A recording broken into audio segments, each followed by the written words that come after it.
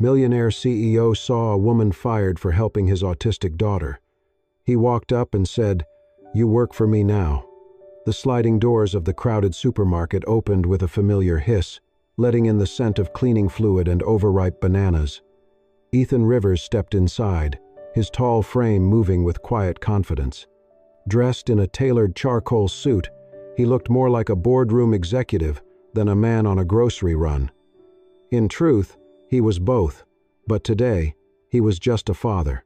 Next to him, holding tightly to his hand, was Sophie, 5 years old, petite. Her hair was tied into 2 neat braids. She clutched a well-loved stuffed fox to her chest, her wide gray eyes scanning the busy aisles with visible unease. Ethan leaned down and whispered softly, "We will be quick, okay?" Sophie did not respond. She rarely did in unfamiliar places. Her shoulders were tight, her steps small and cautious. The store was buzzing with shoppers, beeping carts, crackling intercoms, loud music playing from the speakers overhead. It was a cacophony, unbearable even for some adults. For Sophie, it was a minefield. They had barely reached the produce section when it began. Sophie's breathing quickened.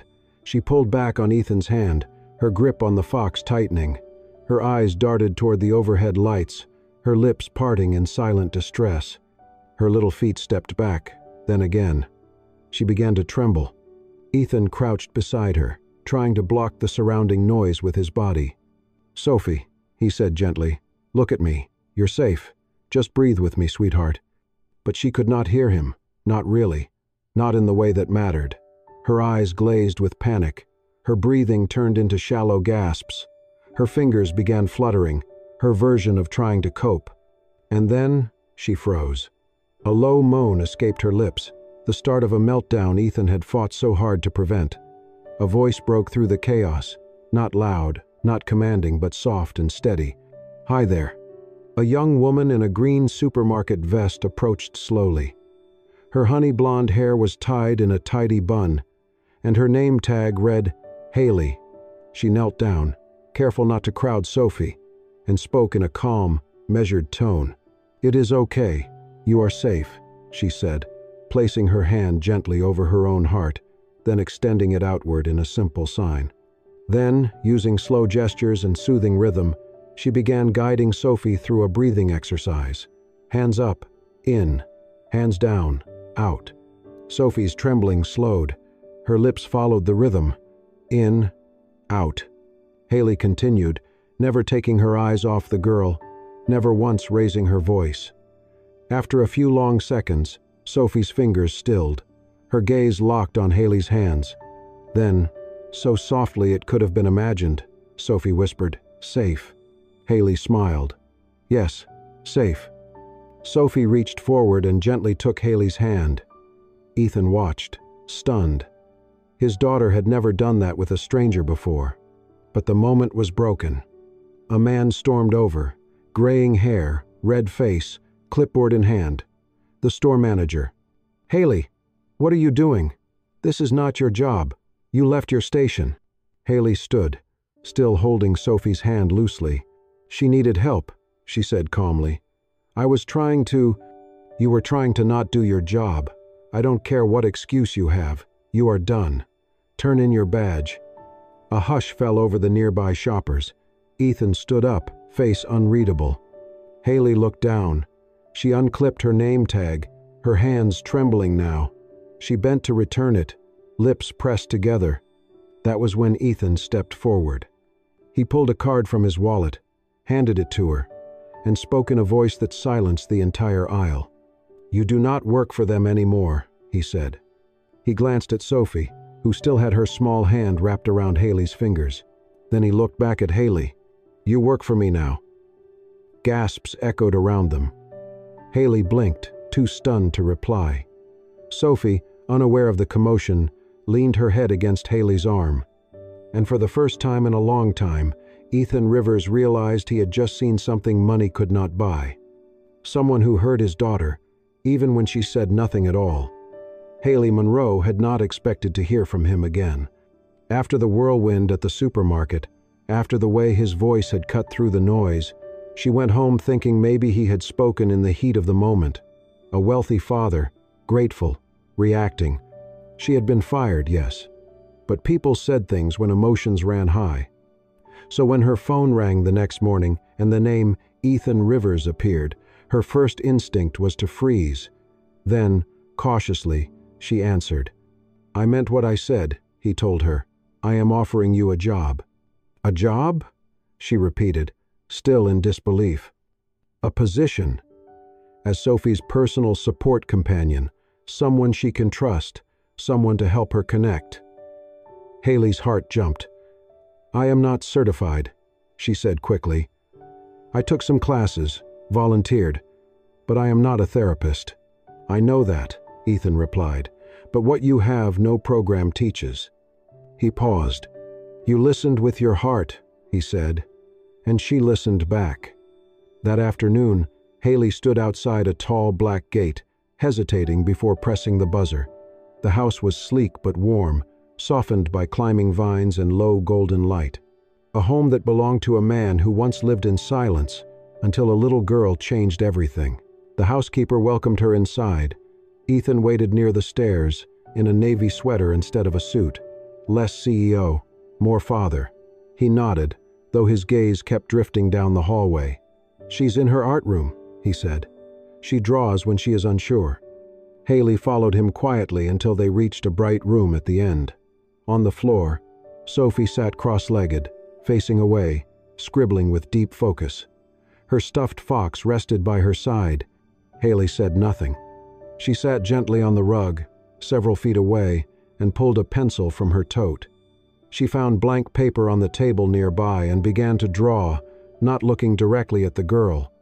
A sun, a tree, a little figure with pigtails and a fox. Sophie did not respond. Haley kept going.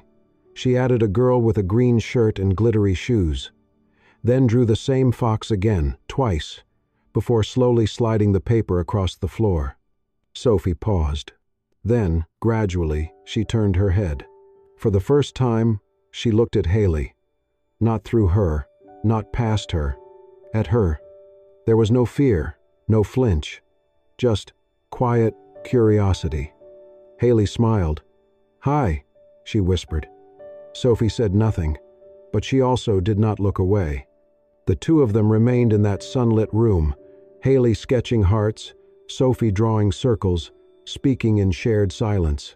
When it was time to leave, Haley stood, collected her things, and thanked Ethan gently before heading toward the door. Then she felt a tug on her sleeve. She turned. Sophie stood there, holding her fox close, eyes wide and searching. One hand was stained with purple marker. She glanced at her father, tugged on his arm, and leaned close. "She's like Pink," Sophie whispered, barely audible. Ethan froze. He knelt beside her, stunned. "You said pink." Sophie nodded. Pink, the color she used to hate, too loud, too scary. She never described anything as pink unless she wanted it far away. And now, it was a word of comfort. Ethan turned toward Haley. For once, there was no distance in his eyes, no calculation, just awe and gratitude. He said nothing. He only nodded. And in that moment, he knew. Haley was not just the kind woman from the supermarket who calmed a child once. She was someone Sophie had chosen, without pressure, without fear. And to Ethan, that meant more than any credential ever could. She had stepped into a world few dared to enter. Not because she had to, but because she knew how. Through patience, through silence, through Pink. From that first quiet connection, something began to shift. Haley started visiting Sophie 3 times a week. The settings were always carefully chosen, places without crowds or loud sounds. A bench under the trees at the park, a corner table in the library's children's section, a sunny room at home filled with pillows and an art easel. No strict routines, no pressure, just presence. Each time Haley brought something simple, a new set of markers, a stack of paint chips for the feelings color game, emotion cards with drawn faces, happy, nervous, calm, stormy. She would sit beside Sophie or a few feet away, never forcing closeness. The girl set the pace. Some days Sophie kept her distance. Other days, she quietly scooted closer. When Sophie felt overwhelmed, Haley used their color cards: blue for calm, red for overstimulated, yellow for excited. Then she'd hold up her own, sharing how she felt too. It became their private language. Sophie, once too afraid to use even signs, started pointing, then nodding, then gently pressing her fingers to colors or sketching expressions in crayon. When she was brave, she made shapes in the air. A lopsided heart, two fingers pressed together, a swirl for confused. Ethan watched from afar. He never interrupted.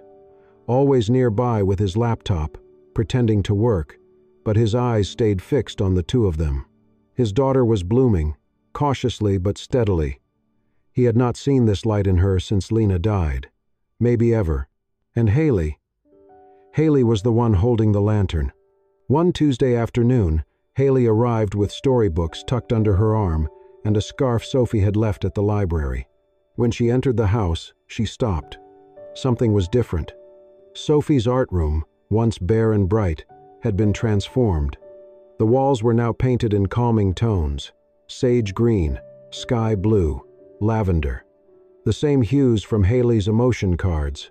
Floating shelves held framed pieces of Sophie's art, stick figures holding hands, swirling scribbles in pastel tones, bold smudges titled "Safe" or "Stormy." A new rug covered the floor, soft, textured, chosen carefully for sensory comfort. But what caught Haley's eye was the small wooden box on the center table. Hand-carved. Her name on it in gentle script, Miss Haley's Tools. She opened it slowly. Inside was a leather-bound journal, its pages labeled by week. New paintbrushes, a sensory squeeze ball, a child-sized pair of noise-canceling headphones, and 3 advanced books on emotional development for children with autism, the exact titles she'd once mentioned in passing to Ethan. She hadn't thought he'd remembered, but clearly, he had been listening to everything. She heard footsteps. Ethan leaned against the doorway, watching quietly. Haley blinked, overwhelmed. "You didn't have to," she began. "I know," he said, "but I wanted to." For a long moment, she stood holding the box like something fragile. Then, gently, she placed it back and crossed to the wall, where one of Sophie's newer drawings hung. 3 figures, one tall with glasses, one small with a fox, and one with long yellow hair.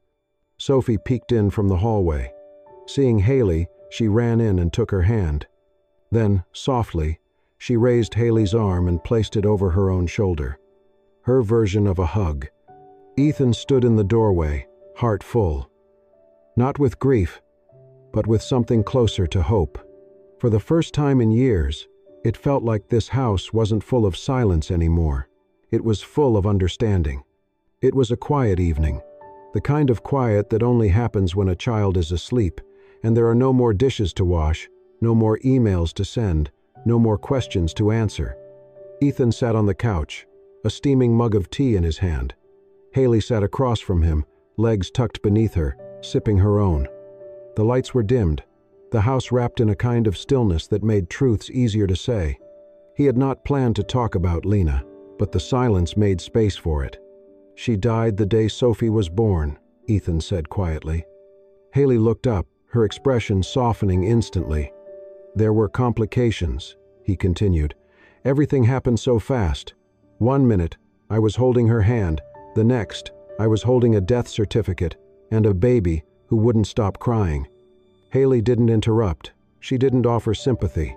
She simply listened, really listened, the way she always did. "I tried everything," Ethan went on. "The best therapists, the most prestigious programs.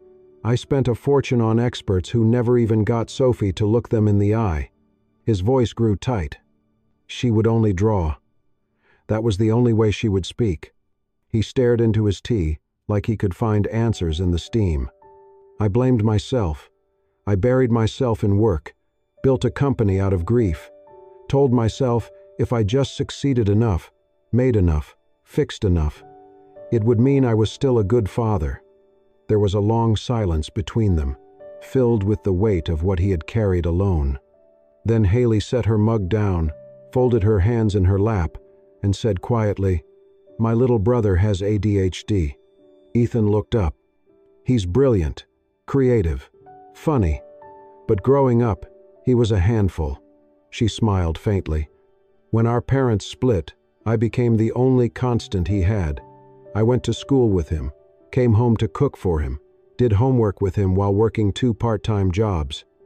She exhaled. "There were days I wanted to fall apart, but I couldn't. I had to be the stable one, the strong one, because no one else was going to do it." Ethan's eyes softened. Haley glanced down, then looked up again, her voice quieter now. "I understand what it means to be forced to grow up too fast, to feel like you have to be perfect, when all you really want is for someone to say, 'It's okay, you're allowed to break.'" The words sat between them, gently unspoken after that. Then came the night. It was around 2 a.m. when the silence was broken by a high, panicked cry. Sophie's. Haley, who had offered to stay overnight while Ethan caught up on work, rushed down the hallway. She found Sophie curled in her bed, clutching her bunny, tears streaking her cheeks. "Shh," Haley whispered, sitting beside her. She didn't ask questions. She didn't try to reason. She simply wrapped her arms around the little girl and began to hum, soft, low, steady, a lullaby with no words, just melody and warmth. Sophie's sobs slowed, her breathing eased. Ethan, drawn by the noise, stopped outside the door. He stood in the hallway, watching through the small opening. He saw his daughter wrapped in safety. He saw Haley rocking gently, her eyes closed, singing something older than language. His breath caught. His eyes welled with tears he hadn't allowed himself in years. Haley looked up and saw him there, frozen, backlit by the hallway light, shoulders sagging like they carried a world. Without a word, she reached out and placed a hand gently on his arm. It was the smallest gesture, but it was also the first time anyone had reached into his grief and touched it without flinching. Ethan didn't pull away. He closed his eyes. And for the first time since Lena died, he let someone be there when he wasn't strong. It was Haley's idea. "There's a therapeutic art workshop this weekend," she said, handing Ethan a flyer across the kitchen counter. "It's for kids on the spectrum. Might be good for Sophie to express herself, be around others." Ethan glanced at the paper, then looked at Sophie, who sat at the dining table, head down over her sketchpad. He nodded. "Let's try it." The workshop was held in a cozy art center filled with natural light. Tables were laid out with paints, crayons, and modeling clay. Volunteers moved gently, speaking softly, never forcing interaction. At first, Sophie clung to Haley's side, clutching her bunny tightly. "It's okay," Haley whispered, crouching beside her. "We can just sit and watch." They took a seat at a corner table. Haley picked up a brush, dipped it into pale pink paint, and began drawing slow swirls on paper. She said nothing, just painted. Sophie peeked sideways, then reached for a crayon. By the end of the session, Sophie had drawn something new. 3 figures, hand in hand, a tall man, a woman with yellow hair, and a little girl in a pink dress, all smiling. It was the first time Sophie had drawn herself in pink, and the first time she had drawn the 3 of them together. When she showed the drawing to Haley, her small hands were steady. She tapped each figure gently, one by one, her way of saying, "You, me, us." Haley only nodded, her smile trembling slightly. She didn't trust herself to speak. That night, Ethan and Haley stood on the rooftop terrace of his penthouse, city lights stretching out below. Inside, Sophie was asleep, the drawing tucked under her pillow. They leaned on the railing in quiet. "You didn't just help Sophie," Ethan said. "You helped me realize that silence isn't always empty. Sometimes it heals." Haley turned, caught off guard by the rawness in his voice. "She needed someone to meet her where she is," Ethan continued. "Not pull her into a world she wasn't ready for. You did that, and you never asked for anything." Haley smiled faintly, brushing a loose strand of hair behind her ear. She gave me more than I gave her. Silence settled again, this time peaceful. 2 nights later, Ethan asked Haley to take a drive with him. He didn't explain where they were going. They pulled up to a quiet cemetery just as the sun dipped low. They walked slowly until he stopped at a modest stone, Lena Rivers, beloved wife and mother. Ethan knelt, pulling a small frame from a canvas bag. Inside was Sophie's drawing, laminated, preserved. He set it at the base of the headstone, adjusting it carefully. "I come here every month," he said softly, "to talk to her, tell her about Sophie. I've never brought anyone else." Haley stood silently beside him, unsure of what to say.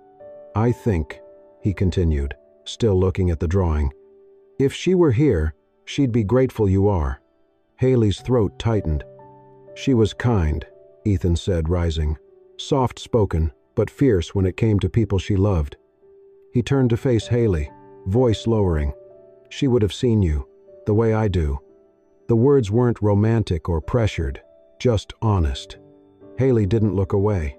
Instead, she opened her bag and pulled out a charm, 3 small twine and bead circles, interwoven. "Sophie and I made this last week," she said, placing it gently beside the frame.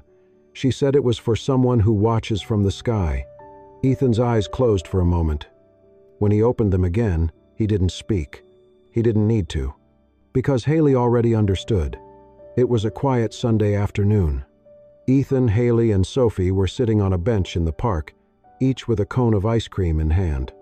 Sophie was unusually relaxed, swinging her legs as she licked at her strawberry scoop, her new favorite, ever since Haley introduced it. They were laughing, one of those rare, gentle moments when everything felt settled. Until a voice broke through the calm. "Ethan." He turned sharply, recognizing the voice before his eyes confirmed it. Amanda Rivers.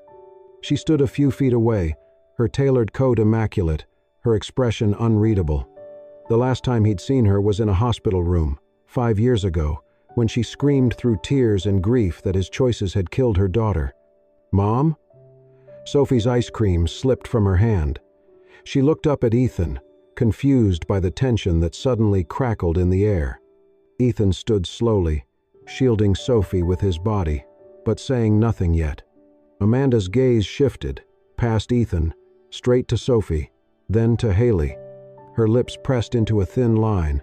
"I heard you were here," she said to Ethan. "It took me long enough to find you." Ethan's voice was calm, careful. "Why now?" Amanda exhaled. "Because she's my granddaughter, and I want to know her. It's time." Before Ethan could reply, Amanda looked at Haley, eyes narrowing. "And who is this?" she asked. Haley stood, offering a polite but restrained smile. "Haley, I help take care of Sophie." Amanda's tone sharpened, each word slicing the air. "Help? What kind of help can a girl from a grocery store offer a child like her?" Haley froze. Sophie stiffened beside her, gripping Haley's hand tighter. Ethan's jaw clenched. "That's enough." Amanda ignored him, her voice rising just enough for Sophie to hear every word. "She needs a real mother, not a supermarket waitress studying to be a teacher." Sophie whimpered, pulling at her dress, her breathing shallow and uneven. Haley immediately crouched down, cupping Sophie's face. "It's okay, honey. You're safe. We're here." But Sophie was already spiraling, rocking, mumbling, overwhelmed by a storm of emotion she couldn't name. Haley gently led her to the grass and sat with her, humming lowly, hands moving in soft, familiar signs. Amanda watched, a flicker of something unreadable crossing her face. Later that evening, after Sophie had calmed and gone to bed, Ethan and Haley sat in the kitchen, the silence heavy between them. "She wants time with Sophie," Ethan finally said. Haley nodded, though her eyes were clouded. "She's her grandmother. You can't erase that." Ethan looked tortured. "But Sophie barely knows her. And after today, she still deserves the chance to know her family," Haley said softly. He sighed, leaning forward, resting his elbows on the table. "I don't know what the right thing is. I don't want Sophie to feel abandoned by anyone. But I also can't let anyone make her feel unsafe, even Amanda." Haley reached across the table, covering his hand with hers. "Then you'll make the decision that keeps her heart whole." A few days later, Ethan made his choice. He called Haley to the garden behind the house, where Sophie was playing quietly with finger paint. "I've decided to let Amanda spend time with Sophie," he said. Haley nodded slowly. "Of course. I think they should have a few weeks together. Alone," Ethan added, his voice lower now. Haley's breath hitched, but she didn't argue. "I understand," she said. Then gently, "If that's what's best for her, I'll step back. But I'm not going anywhere, Ethan. I'll always be close, just not in the way she needs right now." Her words didn't sting. They settled into him like a balm, because there was no resentment, only love. As she turned to leave, Sophie looked up and signed. "You come back?" Haley bent down, brushing paint from Sophie's nose, and signed back with a small smile. "Always." The days felt quieter without Haley. Sophie no longer ran to the garden in the mornings. Her crayons stayed tucked away. The easel in the corner, once vibrant with color, now stood blank. Amanda tried everything: books, puzzles, even cookies from Lena's old recipe. But Sophie stayed distant. No eye contact, no words, no smiles. Every night, Amanda found her curled in bed, clutching the pink headband Haley had embroidered with a tiny S. The first few nights, Amanda tried to take it, thinking it was a crutch. But the way Sophie let out a silent, panicked cry stopped her cold. One evening, Amanda sat at the kitchen table, staring at an untouched plate of mac and cheese. Across the room, Sophie sat on the floor, gently rocking back and forth. Amanda pressed her hands together and whispered, "She doesn't even see me." Haley had returned to routine. She worked part-time at a learning center, resumed evening courses, and tried, not very successfully, not to think about Sophie every day. But she failed. Every time she saw a child with light-up shoes, she thought of Sophie. Every time she saw a pink crayon, her chest ached. So she wrote a letter, not for Sophie, not to Ethan, but to name what she couldn't shake. She folded it and gave it to Ethan's assistant. That evening, Ethan read it. "I didn't know what love was until a little girl held my hand without saying a word, and I knew I was already hers." He sat still for a long time, eyes on the city lights outside the window, heart full of something he couldn't name, longing, maybe, hope. The next morning, before sunrise, a knock came at his door. Amanda stood there, coat on, eyes tired. Beside her, Sophie, silent, half asleep, her head resting on Amanda's side. "She hasn't smiled in days," Amanda said. "She doesn't speak, not even with her eyes." Ethan dropped to one knee and pulled Sophie into his arms.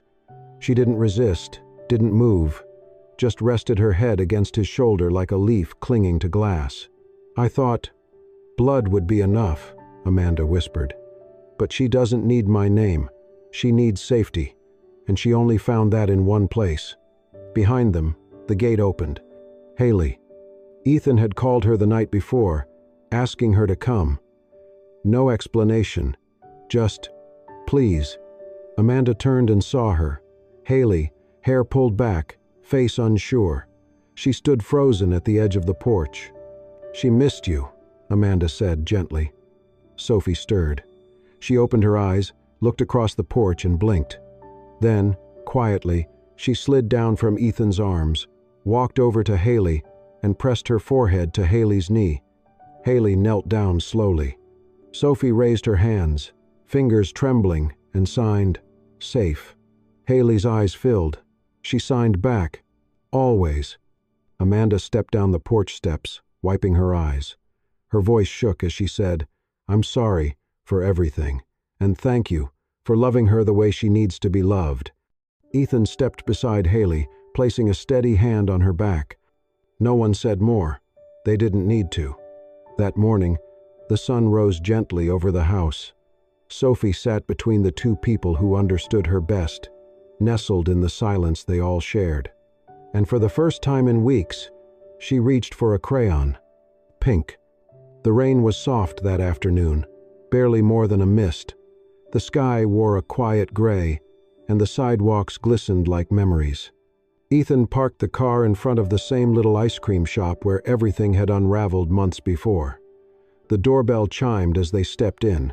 Haley, Ethan, and Sophie, hand in hand. Sophie, now a little taller, a little more expressive, wore her favorite denim jacket and sneakers with star patches. She immediately rushed to the window seat, she remembered, where she once sat holding Haley's hand in silence. Haley carried a small leather-bound book, worn at the edges. She waited until Sophie had chosen her strawberry swirl before sliding into the booth beside her.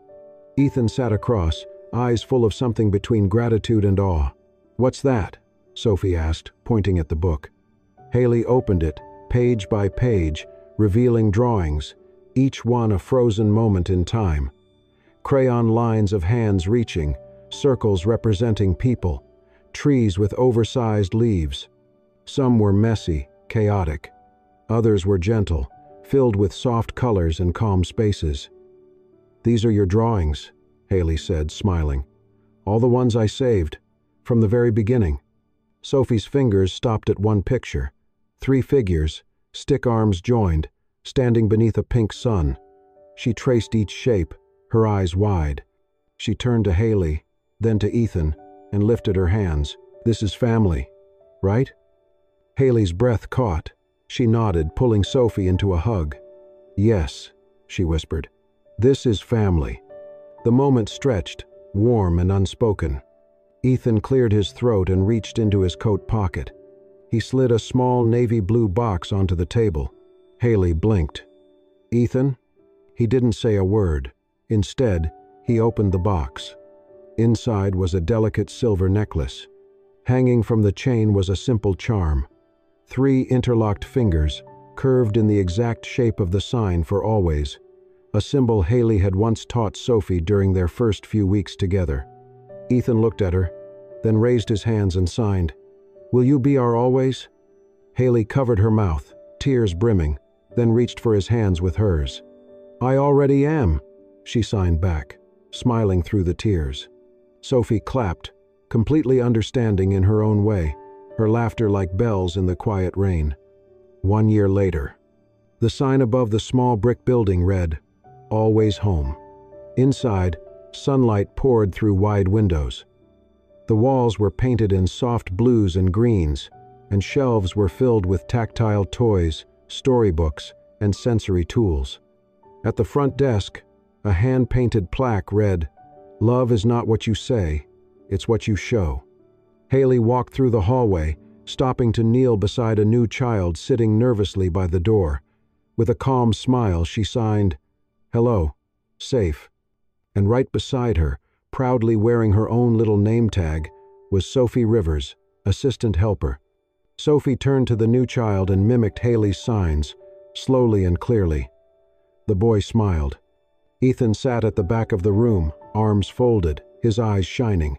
He wore no tie today, just a soft gray sweater and a look of peace he hadn't known in years. Haley caught his gaze. He gave her a small nod, the kind that meant, "Thank you, I love you, and we made it, all at once." She returned it with a smile.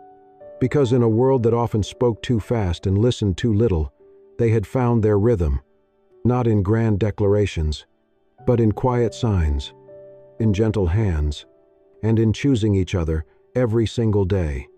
Thank you for watching this heartwarming journey of quiet love, second chances, and the family we choose. If this story touched something in you, whether it was Sophie's strength, Haley's compassion, or Ethan's silent healing, don't forget to let us know. Tap the hype button to show your love, and subscribe to Soul-Stirring Stories for more tales that speak not just to your ears, but to your heart. Because sometimes, the most powerful stories are the ones whispered without a word. We'll see you in the next chapter.